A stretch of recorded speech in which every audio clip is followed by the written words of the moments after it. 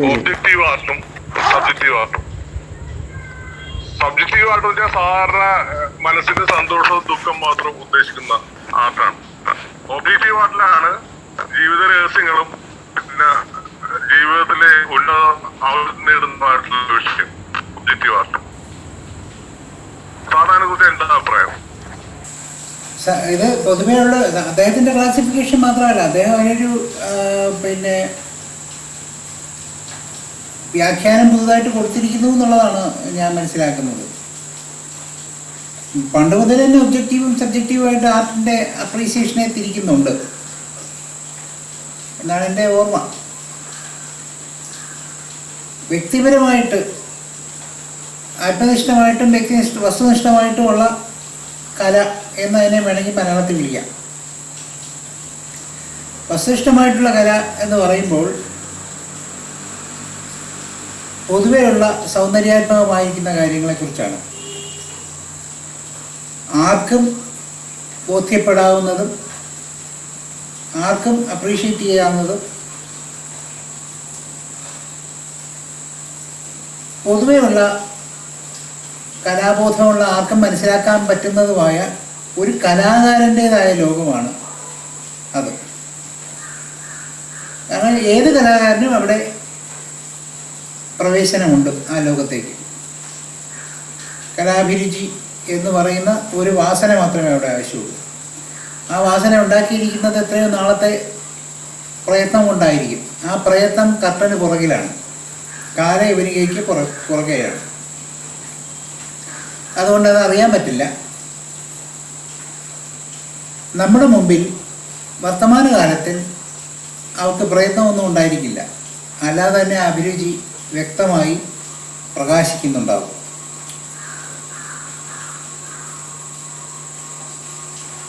ഇതിൽ സാമാന്യമായിരിക്കുന്ന കാര്യങ്ങൾ സാറിപ്പം ഗുരുദീപിൻ്റെ ക്ലാസിഫിക്കേഷൻ എന്ന് പറഞ്ഞതുപോലെ സാമാന്യമായിരിക്കുന്ന സൗന്ദര്യ വിഷയങ്ങളാണ് മനസ്സിനെ സ്വാധീനിക്കുന്ന, മനസ്സിനെ ആനന്ദിപ്പിക്കുന്ന, മനസ്സിന് അനുഭവം ഉണ്ടാക്കുന്ന, എന്തെങ്കിലും തരത്തിൽ അനുഭവം ഉണ്ടാക്കുന്ന കാര്യങ്ങളാണ് അവിടെ കലാ സൃഷ്ടിക്ക് പാത്രമാവുന്നത്.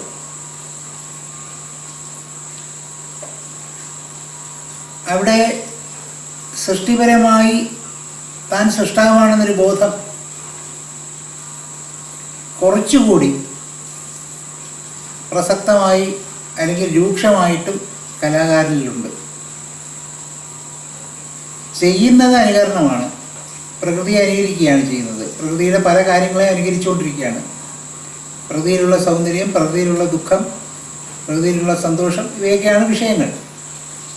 അവയൊക്കെ അനുകരിക്കുകയാണ് ചെയ്യുക. അരിസ്റ്റോട്ടിൽ പറയുമ്പോൾ അനുകരണമാണ് കല എന്നുണ്ടെങ്കിലും താൻ സൃഷ്ടാവാണ് എന്നൊരു ബോധത്തിലാണ് ആ കലാസൃഷ്ടി നടത്തിക്കൊണ്ടിരിക്കുന്നത്.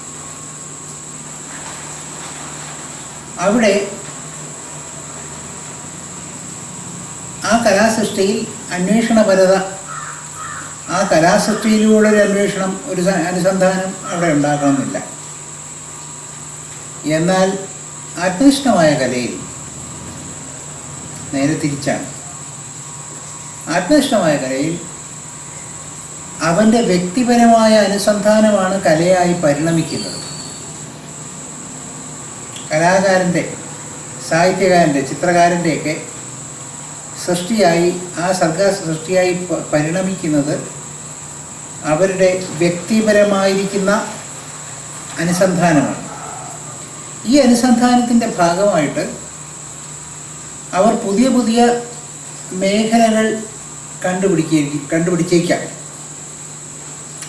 അവ മറ്റുള്ളവർക്ക് മനസ്സിലാകണമെന്നില്ല. ഒരു 40% സെൽഫ് ഇൻ്റലിജൻ്റ് ആയിട്ടുള്ളൊരു കലാരൂപമായിട്ട് ഇതിനെ നമുക്ക് കാണാൻ സാധിക്കുകയുള്ളൂ. കാരണം തികച്ചും വൈയക്തികമാണ് ആ കലാനുസന്ധാനം. അവരുടേതായ ഭാഷയിലാണ് അവരുടെ അന്വേഷണം നടക്കുന്നത്. അവരുടെ ഭാഷയാണ് സാഹിത്യത്തിലേക്കോ ചിത്രരചനയിലേക്കോ പിന്നെ മറ്റേതെങ്കിലും കലാരൂപത്തിലേക്കോ പകർത്തുവാൻ അവർ ശ്രമിക്കുന്നത്.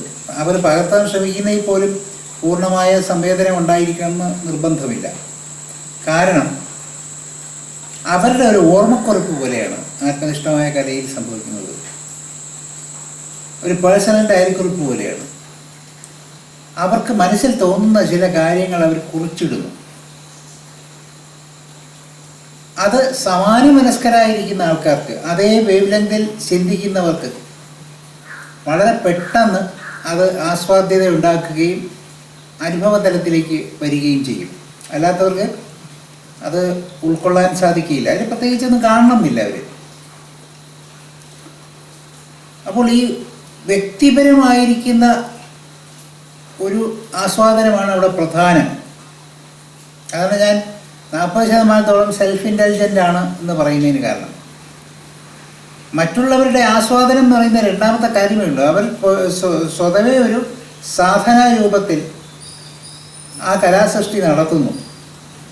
ആ കലാസൃഷ്ടിയിൽ ഒരുപക്ഷെ മറ്റുള്ളവർ അതിനകത്തെ സത്തയിൽ എത്തിച്ചേരാം. ചിലപ്പോൾ അതിൽ എത്തിച്ചേർന്നില്ല എന്നും വരാം.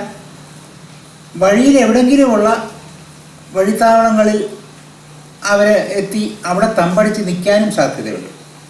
ഇതൊക്കെ ആത്മനിഷ്ഠമായ കലയിലുള്ള പ്രത്യേകതകളാണ്. കാരണം അതൊരു വൈയക്തിക സാധനയാണ്.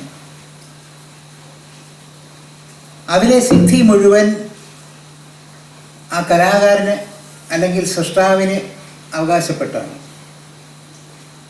മറ്റൊരു പ്രധാനപ്പെട്ട വ്യത്യാസമെന്ന് പറയുന്നത് ഞാൻ നേരത്തെ സൂചിപ്പിച്ച പോലെ സൃഷ്ടാവ് താനാണ് എന്നൊരു ബോധം അല്ല അവിടെ പ്രബലമായിരിക്കുന്നത്. മറിച്ച് തൻ്റെ അസാന്നിധ്യത്തിലൂടെയാണ് ഈ സൃഷ്ടി നടക്കുന്നത് എന്നുള്ള മഹത്തായ അനുഭവം ഒരു അമ്പരപ്പോടുകൂടി സൃഷ്ടാവ്, കലാസൃഷ്ടി നടത്തുന്നയാൾ, കലാകാരൻ അനുഭവിക്കുന്നു. അപ്പോൾ അയാളവിടെ ആബ്സെൻ്റാണ്. അയാളുടെ സൃഷ്ടി നടത്താതിരിക്കുക. അയാൾ വെറുതെ കയറി ഒരു സ്ഥലത്ത് ഇരുന്നിട്ട് എന്തെങ്കിലും എഴുതാമെന്നോ രചന നടത്താമെന്നോ ഇരിക്കുകയല്ല. അയാളുടെ ഒരു സാധന രൂപത്തിലുള്ള ഏതാനും പടികൾ അയാൾ ചവിട്ടും. ഏതാനും സമയത്തേക്കുള്ള അദ്ദേഹത്തിൻ്റെ പരിശ്രമം ഉണ്ടായിരിക്കും. പക്ഷെ പരിശ്രമം ഒരു സ്ഥലത്ത് എത്താതെ നിൽക്കുന്നതായിട്ട് അദ്ദേഹത്തിന് തോന്നുകയും അദ്ദേഹം ഉപേക്ഷിക്കുകയും ചെയ്യും. അദ്ദേഹം ഉപേക്ഷിക്കുന്നു പറഞ്ഞാൽ പൂർണ്ണമായി വേണ്ടെന്ന് വയ്ക്കുന്നു എന്നല്ല അർത്ഥം. അദ്ദേഹത്തിൻ്റെ പരിശ്രമം ഉപേക്ഷിക്കും. അദ്ദേഹത്തിൻ്റെ പരിശ്രമം ഉപേക്ഷിക്കുന്ന സ്ഥലത്ത് ബോധത്തെ എന്ന പോലെ ഈ പ്രതിഭ, കലാസൃഷ്ടി, സർഗ ചേതന അവരിലേക്ക് ഇറങ്ങി വരികയാണ്. ഇത് അനുഭവിക്കുന്ന ആത്മനിഷ്ഠരായ കലാകാരന്മാരുമുണ്ട്, ഇത് മനസ്സിലാക്കാൻ കഴിയാത്ത കലാകാരന്മാരുമുണ്ട്. കുറേ നാളത്തെ പരിചയം കൊണ്ടാണ് താൻ ഇവിടെ അസന്നിഹിതനാണ്, താനല്ല അത് രചിച്ചിരിക്കുന്നത്, താനല്ല അത് ചെയ്തിരിക്കുന്നത് എന്നുള്ള ബോധം അവർക്ക് വരുന്നത്. അതുവരെ അവരുടെ അഹങ്കാരം ഇനി സമ്മതിക്കണമെന്നില്ല. ഓഷോ പറയുന്നത് കലാകാരന്മാർ വലിയ അഹങ്കാരികളാണെന്നാണ്. ആ അഹങ്കാരം നിലനിൽക്കുന്നത് വരെ അവരുടെ അസാന്നിധ്യം അവരറിയുന്നില്ല. വസ്തുനിഷ്ഠമായ കലകളിൽ അവർ സന്നിഹിതരാണെന്ന് മാത്രമല്ല, ആ കലാസൃഷ്ടിക്ക് അപ്പുറവും അത് ആർട്ടിനേക്കാളൊരു ക്രാഫ്റ്റാണ്. ആർട്ടെന്ന് വിളിക്കുന്നെങ്കിൽ അത് ആത്മനിഷ്ഠമായിരിക്കണം. മറ്റൊരു ക്രാഫ്റ്റ്, ഒരു ചെയ്ത്ത് എന്ന് പറയാം. കലയ്ക്കകത്തൊരു സർഗാത്മകതയുണ്ട്. ഈ സർഗാത്മകത മറ്റേതിലില്ലേ എന്ന് ചോദിക്കും. ഉണ്ട്, തീർച്ചയായിട്ടും ഉണ്ട്, സർഗാത്മകതയുണ്ട്. പക്ഷെ നൈസർഗികമായ ഒരുവൻ്റെ പ്രതിഭ, അവൻ്റെ പോലും അറിവില്ലാതെ ആ പ്രതിഭ പുറത്തേക്ക് പ്രകാശിക്കുന്നതിനെയാണ് പ്രതിഭ എന്ന് വിളിക്കുന്നത്. പ്രതിഭ എന്ന് പറഞ്ഞാൽ തന്നെ പ്രതിഫലിക്കുന്ന പ്രകാശം എന്നാണ്. അപ്പം വേറെ ഒന്നിൻ്റെ ഒരു ഭാതി സ്വരൂപത്തെയാണ്, പ്രകാശ സ്വരൂപത്തെയാണ് ഇവിടെ പ്രതിഫലിപ്പിക്കുന്നത്. അതുകൊണ്ടാണ് പ്രതിഭ ഉണ്ടാകുന്നത്. ആ പ്രതിഭാസം നടക്കുന്നത് ആത്മനിഷ്ഠരായ കലാകാരന്മാരിലാണ്. അവരുടെ കലസൃഷ്ടിയുടെ ഒരു അവസരത്തിൽ അവർ സ്വയം നഷ്ടപ്പെടുകയും ആ നഷ്ടപ്പെടുന്നിടത്ത് അവരറിയാതെ ഒരു സർഗചേതന അവരിലേക്ക് ഇറങ്ങി വന്ന് പ്രവർത്തിക്കുന്നത് പോലെ അനുഭവിക്കുകയും മനോഹരമായിരിക്കുന്ന ഒരു കലാസൃഷ്ടി, നീണ്ട നാൾ ആസ്വദിക്കപ്പെടുന്നൊരു കലാസൃഷ്ടി അവരിൽ നിന്നുണ്ടാവുകയും ചെയ്യും. മനുഷ്യരെല്ലാവരും ആ സർഗസൃഷ്ടിയുമായി ബന്ധപ്പെട്ടിരിക്കുകയാണല്ലോ, ആ സർഗചേതനയുമായി ബന്ധപ്പെട്ടിരിക്കുകയാണല്ലോ. അതുകൊണ്ട് ആ ബന്ധമുള്ളവരെല്ലാം അത് ആസ്വദിക്കുകയും ഓരോരോ തലമുറ കഴിയുന്തോറും അതിലേക്ക് ആൾക്കാർ വന്നുകൊണ്ടിരിക്കുന്നത് കൊണ്ട് തലമുറകൾ നീണ്ടു നിൽക്കുന്ന ആസ്വാദനം അതിനുണ്ടാവുകയും ചെയ്യും. മറ്റുള്ളവ വസ്തുനിഷ്ഠമായിട്ടുള്ള കലകൾ അവ താൽക്കാലികമായിരിക്കുന്ന PRD ചിത്രങ്ങളെ പോലെയാണ്. അവയ്ക്ക് ചില സന്ദേശങ്ങൾ നൽകാനുണ്ടാവും. ആ സന്ദേശങ്ങൾക്ക് വേണ്ടിയാണ് അവർ ഉണ്ടാക്കുന്നത്. അവർ സംസാരിക്കുന്നത് വരകളിലൂടെ ആയിരിക്കും, എഴുത്തുകളിലൂടെ ആയിരിക്കും. ആ ഉദ്ദേശത്തിന് ആനുകാലിക പ്രസക്തി ഉള്ളവ മാത്രമേ നീണ്ട നാളിൽ നിൽക്കുന്നുള്ളൂ. അല്ലാത്തവയ്ക്ക് അതിൻ്റെ പ്രസക്തമായിരിക്കുന്ന കാലഘട്ടം കഴിയുന്നതോടുകൂടി മരിച്ചു വീഴും. അവരുടെ അഹങ്കാരത്തിനൊരു മരണമുണ്ട്. ആ അഹങ്കാരത്തിൻ്റെ മരണം പോലെ ഈ കലാസൃഷ്ടിയും മൃതിയടയുന്നതായിട്ട് കാണാം. എന്നാൽ സൂക്ഷ്മമായി ആത്മനിഷ്ഠമായിരിക്കുന്ന കലയെ സംബന്ധിച്ചിടത്തോളം നിത്യവും അവരുടെ കലാസൃഷ്ടികളിൽ ഒരു ബുദ്ധൻ സംഭവിക്കുന്നു. എങ്ങനെയാണോ സിദ്ധാർത്ഥ ഗൗതമൻ തൻ്റെ അന്വേഷണങ്ങൾ ഉപേക്ഷിച്ച് നിസ്സംഗനായിട്ട് നിരായുധനായിട്ട് ഒന്നും ചെയ്യാനില്ലാതെ, നിസ്സഹായൻ എന്ന് വിളിക്കാനില്ല, ഒന്നും ചെയ്യാനില്ലാതെ എല്ലാത്തിനെയും ഉപേക്ഷിച്ച് നിരപേക്ഷനായിട്ട് ഒന്നിനും ഡിപ്പെൻഡ് ചെയ്യാതെ മലർന്നു കിടക്കുമ്പോൾ എങ്ങനെയാണോ അദ്ദേഹത്തിലേക്ക്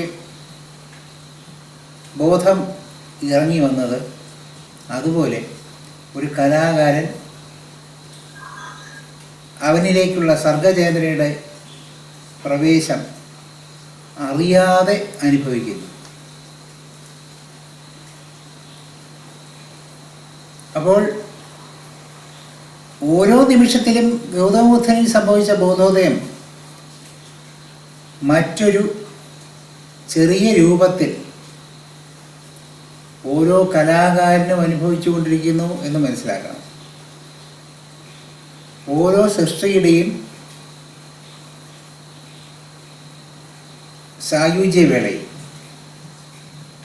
അവിടെ ആ കലാകാരനും കലാസൃഷ്ടിയും സമഷ്ടിയായിരിക്കുന്ന സർഗചേതനയും കൂടെയുള്ള യോഗം സംഭവിക്കുകയാണ്. അതാണ് ഞാനിവിടെ സായുജ്യം എന്ന് വിളിച്ചത്. ആ മുഹൂർത്തത്തിലാണ് കലാസൃഷ്ടി, ഉദാത്തമായിരിക്കുന്ന കലാസൃഷ്ടി ഉണ്ടാകുന്നത്. അതുകൊണ്ടാണ് പല കവികളെയും ബുദ്ധന്മാർക്ക് സമാന്മാരായി കഴിഞ്ഞ ഈ ചർച്ചകളിൽ തന്നെ പലയിടത്തും അങ്ങനെയൊക്കെ സംസാരിക്കുകയുണ്ടായി. അതിന് കാരണം അതാണ്, അവരിൽ നിന്ന് പ്രതീക്ഷിക്കാവുന്നതിനേക്കാളും വളരെ സർഗാത്മകമായിരിക്കുന്ന രചനകളാണ് അവരിൽ നിന്ന് വരുന്നത്.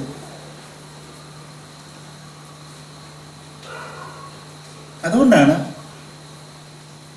അവർക്ക് ബുദ്ധസമാനമായിരിക്കുന്ന അവസ്ഥയുണ്ട് എന്ന് മനസ്സിലാക്കുന്നത്.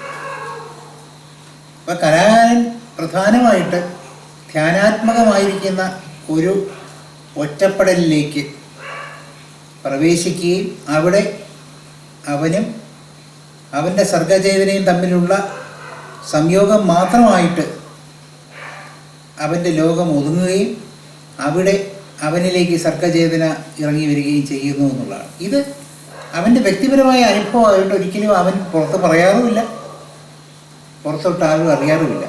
നാം തിരിച്ചറിയുന്നത് അവൻ്റെ പ്രതിഭയായിട്ടാണ്. ശരിയാണ്, പ്രതിഭയാണ്, അവൻ്റെ പ്രകാശമല്ലത്, പ്രതിഭാസമാണ്. അപ്പോൾ അത്തരത്തിലൊരു കലയാണ് ആത്മനിഷ്ഠമായിട്ട് സംഭവിച്ചുകൊണ്ടിരിക്കുന്നത്. ഗുർജീഫിനെ കാണുന്നത് മിക്കവാറും ആത്മനിഷ്ഠമായിരിക്കുന്ന കലയെ അദ്ദേഹം ഉദാത്തമായിട്ട് വിളിക്കാൻ സാധ്യതയുണ്ട്. കാരണം അവിടെ ഓരോന്നിലും സൃഷ്ടിപരമായിരിക്കുന്ന ഒരു ഉയർച്ച സംഭവിക്കുന്നുണ്ട്. സാധാരണക്കാരിൽ നിന്ന് വ്യത്യസ്തമായിരിക്കുന്ന ഒരു കാഴ്ചപ്പാടോടുകൂടി ഒരു കലാകാരൻ ഉയരുന്നുണ്ട്. ആ കലാകാരൻ വ്യക്തിപരമായിരിക്കുന്ന സാധനയുടെ ഭാഗമായിട്ടാണ് ആ കലാസൃഷ്ടി നടത്തുന്നത്, അല്ലാതെ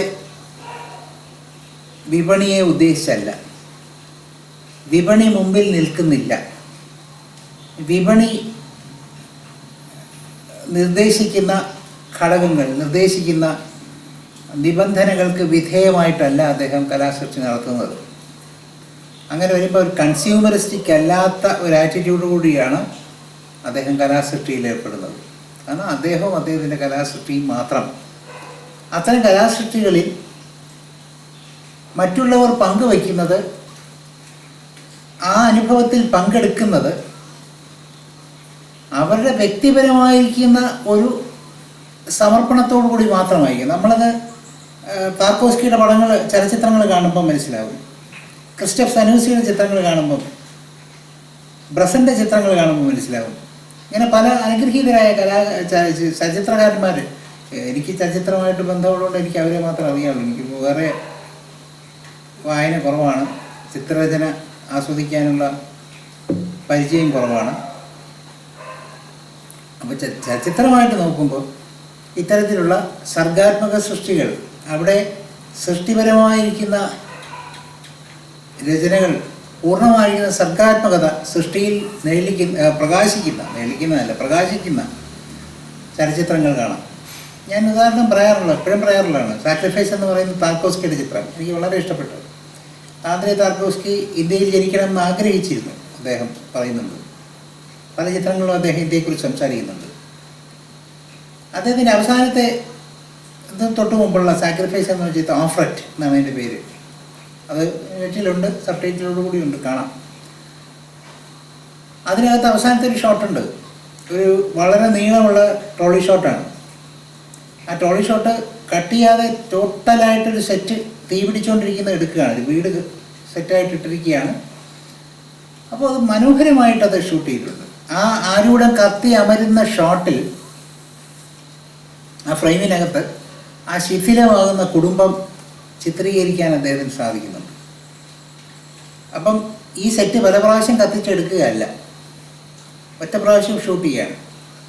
ആ ഷൂട്ട് ചെയ്യുമ്പം ഒരു ട്രോളി ഷോട്ട് കണ്ടിന്യൂസ് ഷോട്ടാണെന്ന് ആലോചിച്ചു.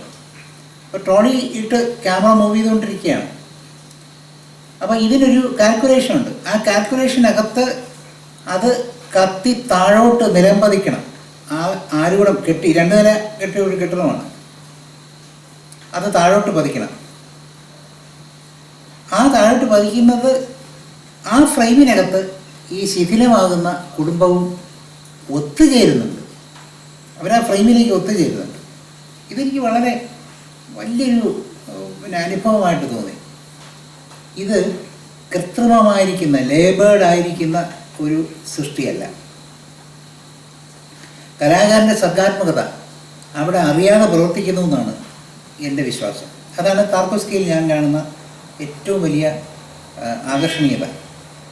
അപ്പോൾ അതിനകത്ത് അദ്ദേഹം ആ ചിത്രരചന സാധ്യമാകുന്നത് ഈ സുന്ദര മുഹൂർത്തമോടെ തീരുമ്പോൾ എന്തുമാത്രം ആനന്ദമായിരിക്കും ആ ഷൂട്ടിംഗ് നടത്തുന്ന ടീമിനകത്തുണ്ടായിരിക്കുക എന്ന് ആലോചിക്കാവുന്നതേ ഉള്ളൂ. ഇതാണ് ഞാൻ ഈ ഉദ്ദേശിച്ച. ഇത് പലപ്പോഴും നമ്മുടെ പരിചയക്കാരായ ക്രാഫ്റ്റ്സ്മാൻമാരോട് ആർക്കിൻ്റെ ചിത്രങ്ങളിൽ കാണാനില്ല. അവർ വളരെ ലേബേർഡായിട്ട് ഇങ്ങനെ ഉണ്ടാക്കുകയാണ്. ഒരു അച്ചടി യന്ത്രം പോലെ ഉണ്ടാക്കി വിട്ട് ഏതെങ്കിലും ഒരു നല്ല യന്ത്രത്തിനെ തിരഞ്ഞെടുക്കുക എന്നുള്ളതാണ്. മീഡിയത്തിൻ്റെ മുകളിൽ അവർക്ക് സ്വാതന്ത്ര്യമില്ലാത്തതുകൊണ്ടോ അവർക്ക് സ്വാധീനമില്ലാത്തതുകൊണ്ടല്ല, അവർക്ക് അവരെ തന്നെ വിശ്വാസമില്ല ചിലപ്പോൾ. അതിലേക്ക് നമ്മൾ പോകുന്നില്ല. വസ്തുനിഷ്ഠമായ കലയാണ്. വസ്തുനിഷ്ഠമായ കലകൾ ആ സമയങ്ങളിൽ തീർച്ചയായിട്ടും അവ ഉദ്ദേശിക്കുന്ന ഉയരങ്ങളിലൊക്കെ പോകുമെങ്കിൽ പോലും അത് കഴിഞ്ഞ് അവ മരിച്ചു പോകുന്നതായിട്ടാണ് കാണുന്നത്. ഇതാണ് ആ വ്യത്യാസം. എന്തായാലും താർക്കോസ്കിയുടെ ചിത്രത്തെ നോക്കുമ്പോൾ അപൂർവമായിട്ട് മറ്റു ചില ആക്ഷൻ ഫിലിമുകൾ എടുക്കുന്ന ആൾക്കാരുടെ ചിത്രങ്ങളിലും അത് മനോഹാരിത, ഈ ഇതുപോലുള്ളൊരു പൊയട്രി കടന്നു വരുന്നുണ്ട്. ഉദാഹരണം പറയാൻ വേണ്ടി ഞാൻ പെട്ടെന്ന് ഓർക്കുന്നില്ല. അപ്പം ഇതാണ് അതിൻ്റെ ആ രണ്ട് സബ്ജക്റ്റീവ് ഒബ്ജക്റ്റീവ് ആർട്ടുകൾ തമ്മിലുള്ള ഗുർജീഫ് പ്രത്യേകിച്ച് പറഞ്ഞത്. ഇനി ഗുർജീഫ് പറഞ്ഞത് എന്താണ് എന്ന് കേൾക്കാൻ താല്പര്യമുണ്ട്. ഗുർജീഫ് പറഞ്ഞത് എന്താണെന്ന് എനിക്കറിയില്ല. എന്തായിരിക്കും അത്?